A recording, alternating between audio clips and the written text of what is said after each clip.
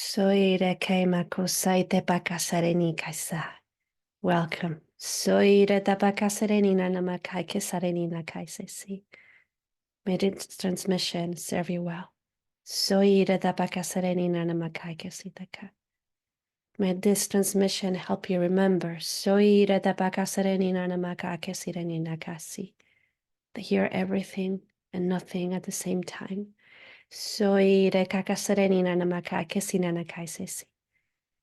May this transmission help you activate some remembrance in you. Especially about self-love.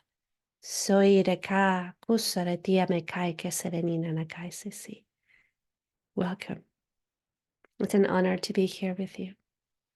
In today's transmission, we're going to talk about self-sabotaging patterns.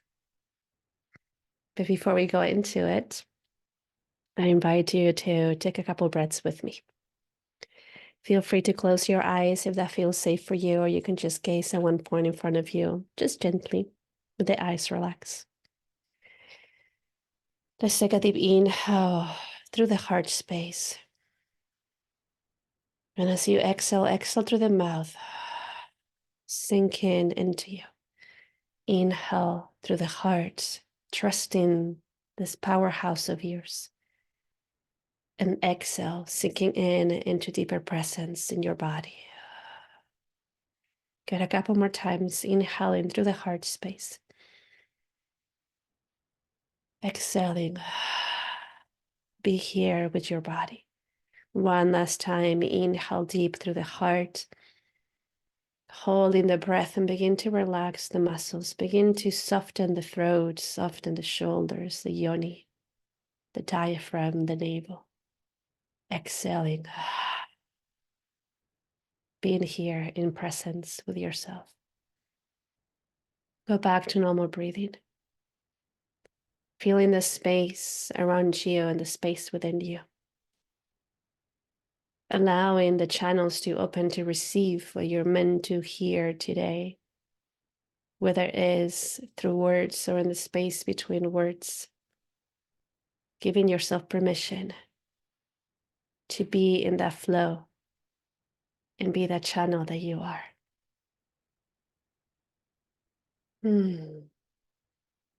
Taking a deep inhale through the nose. Exhaling, moving the body in any kind of way that feels good for you.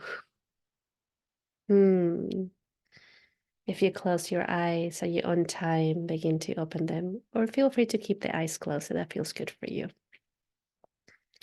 Welcome. Welcome. Self-sabotaging patterns. This is a big one, honestly. I mean, I'm not sure how it is in your journey, but for me, holy moly, that was huge. And that's not, I'm actually cutting it so short when I say huge. And let me tell you a little bit of story. I find that storytelling is actually a powerful way to connect with others. And it breaks this barrier and this pedestal situation that at times we put people in, you know, especially when you look up to them or you desire to live in some kind of shape or form in your own way their life. So this is why I like to tell my story, because no different than anybody else. Just been in my own journey of self-awareness and self-love, remembering that. And I love to share about it and the tools that I've learned and I've acquired through channeling, because it's very important in our planet. And because the more that I awaken, the more that you awaken. The more that you awaken, the more that all of us awaken. So bringing that unity, the oneness back, rather than not sharing and keeping it all for myself. That is not mine to keep anyway. In 2019, I was living with my boyfriend, Derek, in Colombia. We moved to Colombia during the fall. our fall, not our fall. Meaning the US fall. We moved there and we were living in this beautiful, beautiful house in the countryside. It was like living in a painting, honestly. I was creating already what I do online. So it was the moments that I was coming into that, really stepping into my work and allowing my work to guide me. And of course, also taking classes from my teachers. And one of my biggest teachers has been Jai Devsai. He's a Kundalini teacher and also an Ayurveda doctor. And of course, he does online things, and I deeply trust him. He's very humble, and I just really resonate with his energy. And his wife is Simrit, and she has a band called Simrit, which are super freaking dope. If you haven't tried that, I invite you to just give it a little chance and listen to their wonderful music. So, and during that time, she was having this online classes, part of the Life Force Academy, if I'm not mistaken. And one of the classes that I took, and actually, I think it was the only class that I took from her, because I normally will take the classes from Jai Dev. It was about seeing and releasing your self-sabotaging patterns. I was like, huh, that sounds pretty cool. All right, let's go. I'm not even sure what Kriya we did, to be honest, in the meditation. I just like followed. And when I do something like that, I do it with my whole presence as much as I can and in my being. For me, practices like that, especially Kundalini yoga, has been life changing and life remembering. Remembering myself, and tapping back into that wonderful unconditional love that we all have, that we all are. So I remember, no joke, literally no joke, 2 hours after the class with Simrit, I was standing up from my desk at our home in Colombia, and I was shocked because at that moment I could see pretty much all the self-sabotaging things that I had done to myself, like my whole life. And I didn't know what to do with that awareness. I literally was just standing and felt at first I was shocked. Those moments where you're like, you can't even speak. It's almost like you're not even breathing and your body's breathing just for you. You're like, what the fuck? And I remember my boyfriend was sitting on the couch, and I had my hand on my mouth, like in the shock kind of like expression. And then it hit me how much I had sabotaged my happiness in my life. And I was so pissed. I was so pissed. In a way, I was like, why? Like, how? Like, whoa, what just happened? I went from feeling like super good right before the Kundalini practice and like on my things, on my flow, and then all of a sudden, bam, look at how you have been destructing your life. Obviously, prior to the Kundalini awakening. And of course, these patterns were still present, right? I was still learning or giving myself permission to see them so I could love them and put that energy into balance, right? And after I was done being pissed off about it, I remember looking at my boyfriend and I told him I wouldn't be surprised if I tried to sabotage what we have. Literally, I remember telling him that. And he, as like the solid rock that he has been in our relationship, like look at me and he said, I'm not giving up. Like, and he like promised me that he was not gonna give up, and he promised me that he was gonna be there for me. And he was like, Ooh, I have to move a little bit in my chair because I'm just like, holy shit, just remembering that he was right there and he supported me through the whole part of being aware of my self-sabotaging patterns and realizing that in my previous relationship, in my marriage, I sabotaged the shit out of it because I didn't feel that I was worthy of the love of this man. And this man was great. He was fucking fantastic. He still is. And I was like pissed off at myself for that. And then here I have another amazing freaking man by me. And that is what my pattern, because that's what I had known pretty much my whole life prior to that moment of awareness. And it was very challenging to come to that conclusion of like, what is actually leading this? Is it really my intuition that is telling me to do these things, or is this really self-sabotaging pattern that has just been there so freaking present in my life? And it was hard to decipher this.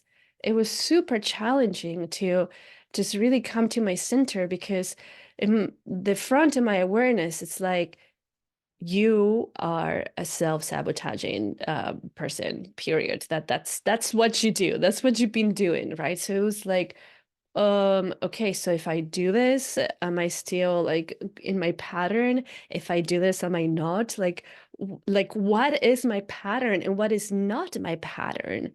And honestly, to the point that even like what I will hear in the energetics was like taking me away from my boyfriend, or will want me to take away from my boyfriend. But, we had decided that we were going to talk about very challenging things, no matter what. If it made things uncomfortable or not, like we talk about challenging things, period, because communication is really important. And I will be sharing that with him and like, oh, bless his soul, because I mean, hearing all these things, it's not very easy when like your other half is telling you whatever she or him is experiencing. And it was so much to the point that I was like, I can't. And I felt this deep call to go in silence, to be in silence for 5 days and to sleep in the bed just by myself and him in another in the other room, because I couldn't handle that. I was like, I need to tap in into my truth, into my own energetics, and really see and feel like what is true for me. And it was such a big preparation, like I speak to my parents every single day. So like I had to like message them and saying, hey, I'm going into the silence thing. Derek will like keep, messaging you, telling you how I'm doing. Don't worry, I just gotta do this, Like I didn't go into details because I mean, I didn't even know the details myself. And no joke, like the day I got into silence, that I started the silence quote unquote retreat, is when I felt it, because I had committed that I'm just gonna be with me, and I'm gonna allow my energies to really tell me what is true for me, what really feels true for me, and what really doesn't. And but I chose to really stick with those 5 days, like I knew I knew the answer in a way, right? Like I said, that moment, that night that I had committed. But I still was like, I feel that I still need this 5 days. I find that at times life can give you what you want to see, right? So if your self-sabotaging patterns are so present, you still desire to see them as in to continue with the pattern, something in life will give you that resonance. But if it's you're so committed to rewire your system, then something else might come that might seem also as that pattern. And it's by your choosing if you continue to be with that pattern or not. And the thing is that how could you actually see the pattern if you have no idea that you actually have a pattern? Right? That was my experience. I didn't know. But of course, the consciousness, or the pure consciousness, knew. And it will send me all those messages continuously through my life. And the moments where I felt pretty shitty within myself were the moments that I was actually in the pattern. The moments that I felt great about myself, I wasn't. When I was so tapped into my presence and into what I love to do and into the people that I love, I wasn't in the pattern. But the moments that I actually will steer away because I didn't feel worthy, or I didn't feel seen, or I didn't feel like I could help, that's really when that big cloud of the pattern will come through and just smash me, and it will take over. It's almost like we were switching roles, and it will drive rather than me driving. It will push me to the back, and it will just drive. And granted, I let it push me to the back because that's all I had known. Because I didn't know, first of all, that I was being pushed back and that I was allowing myself to be pushed back. And it was just normality for me. Oh, you know, if I were to imagine this conversation in my head back then, right? Be like, oh, well, that happens. Okay, cool. Here you go. Have this steering wheel, drive me around, right? And it will drive me to the most shitty situations. And also at the same time, the situations where I could have, or I could have had the choosing of moving a different way and taking the steering wheel back. But again, I mean, I just thought, well, this is who I am, right? This is what I do. And do you see that? It's like, wow, like this is who I am. This is what I do. Is it really? I've heard this, and of course it makes sense, because I've heard this through my whole life in my family. Oh, this is how she is. Oh, this is how the family is. This is how the Vargas Torres thing is. Oh, this is the Ruiz de Castilla stuff, Oh, that's the woman thing. Oh, that's the men thing. I'm like, so of course he was gonna record and me as a sponge, right? As a kid, I was just like, okay, okay. But then it comes a point to which you really get to choose, right? You really get to be like, question, is it truly what I am or who I am? Is this truly what I do? If it creates suffering within yourself, is that truly what you do? Or now are you just speaking about the pattern? Is that what the pattern does? That makes you believe that it's you, that it's you do it. It's almost like, honestly, based on my experience, it's almost like when somebody has a spirit, when the spirit comes into somebody's body, right? Like, of course, the only movie that comes to is The Exorcism, right? There's this girl, and she's great. I mean, I don't remember she's great, but just like there's this girl, right? And then the spirit comes in, and all of a sudden she's doing all these crazy things and screaming and whatever and talking, right? It's like those two versions. And maybe there could be multiple versions. But in that example, it's like really there is you, this bright, awesome, creating being that just loves life, loves itself, loves everything. And it can see the reflection in everybody else, and it can see the power in everybody else, no matter what they're doing, even if they're screaming at you or at her or whatever, right? And then there's this other switch that just goes like bam, the moment that there's this tiny self-doubt, this tiny like, oh, I'm not worthy, oh, I'm not seen, or I'm not loved, oh, I'm not good, right? And then that switch goes like bam. And then here is that energy that comes in, this pattern that comes in and just runs the show. And what it does, you know, it feeds from that energy of not worthy.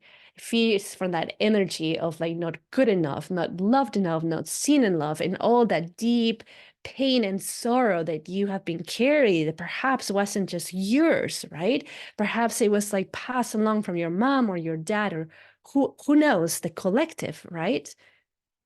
And then because you feel that so deeply in you feel that it's necessary to punish yourself and you allow this energy to run the show. Be like, well, you know, I'm not good enough. So go ahead, go destroy my life, right? And all these patterns, right? And it could just not be one pattern. Chances are that if you have one self-sabotaging pattern, you have a lot more, right? And I'm not saying perhaps that's not your experience, but in my experience, I didn't just have one. I had multiple, okay, in different shapes and forms. And so, of course, I didn't feel good enough. Be like, sure, yes, I'm worthy of this self-destruction, you know, like go ahead and do all these things.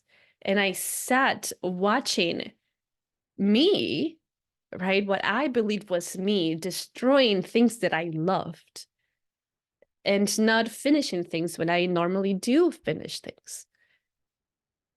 Until, of course, I did that meditation, right? And that awareness hits. And this is why I still practice and teach Kundalini Yoga. Because nothing else had allowed me to see that.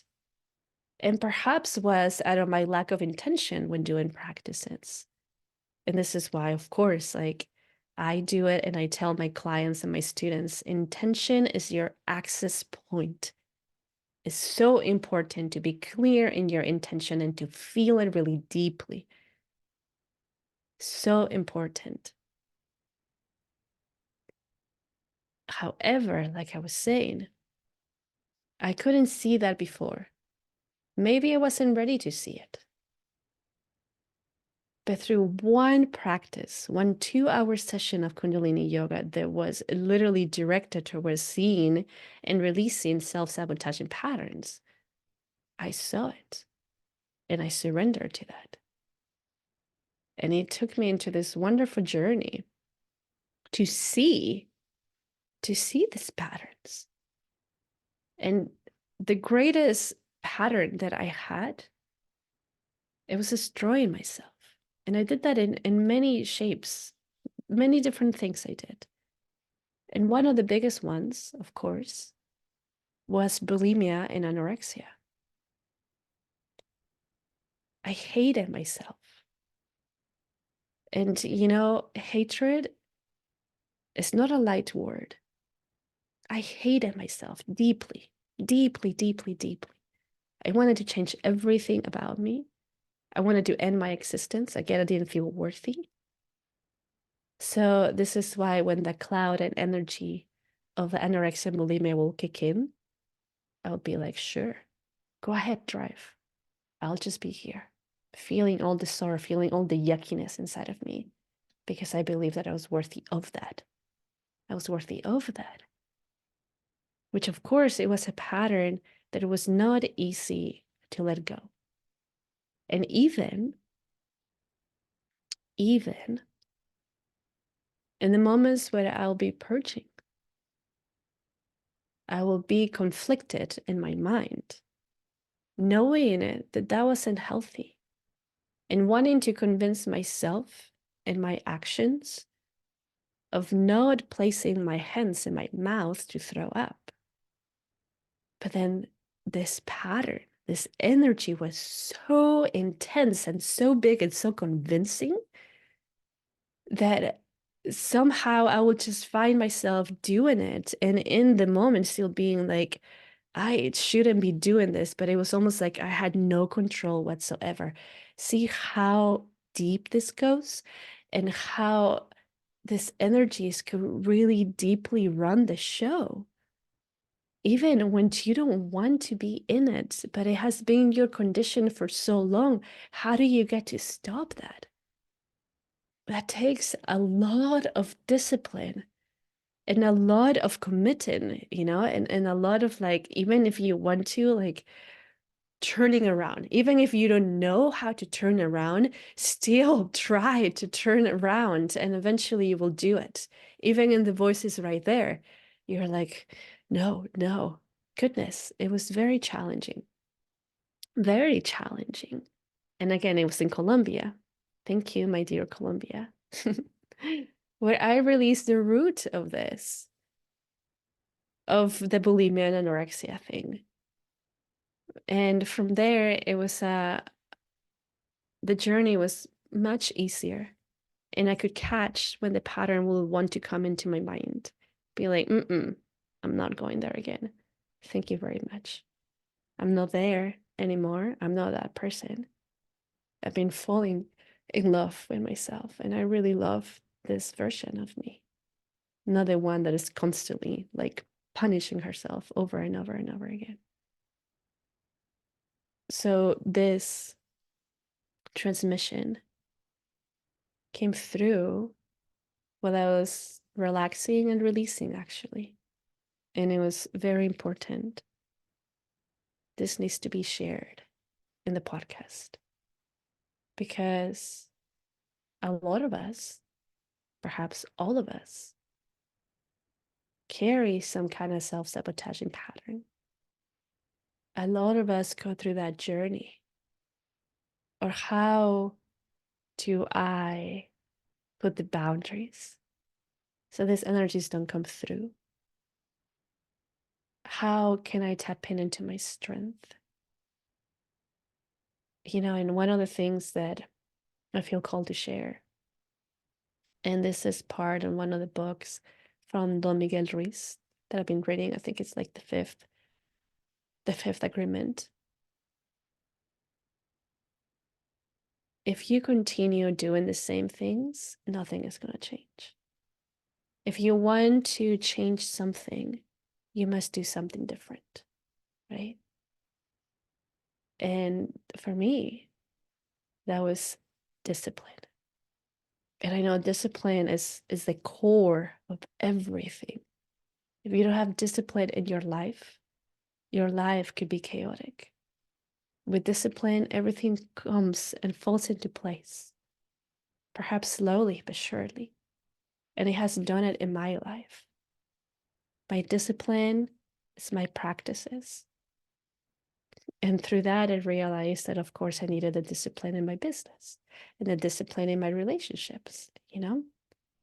And there are different kinds of disciplines in a way, but it's still the core in there. Discipline, discipline. And so, what we would like to invite you to do is to create the change in your life with one thing. One thing. Perhaps you've been wanting to go take a dance class or a painting class, maybe a singing class, right?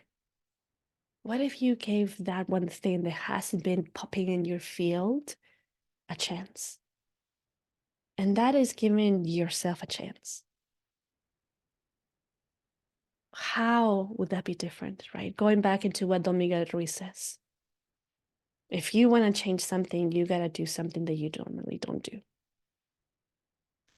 And so I invite you to do that and see how that changes. And also, I'll be having a wonderful dear sister from here, Kansas, to come into the show to share more about bulimia and anorexia. And I'm going to leave it at that. It's the next episode. That's what I'm going to tell you. And let's hear her wisdom. And if this has been a pattern of yours, or is still in some kind of shape or form, is a pattern of yours, I invite you to come into the show and to really listen to what she has to say in our conversation with an open heart, to let go of stories in the head of judgments, right? You're showing up for you. And that's what matters. What resonates for you is what you were meant to hear. What doesn't, maybe another time will resonate if it resonates. But what really is important are those moments where you feel something really deep and you have this light bulb moment. It's like, yes, those are it. Those are it. Beautiful.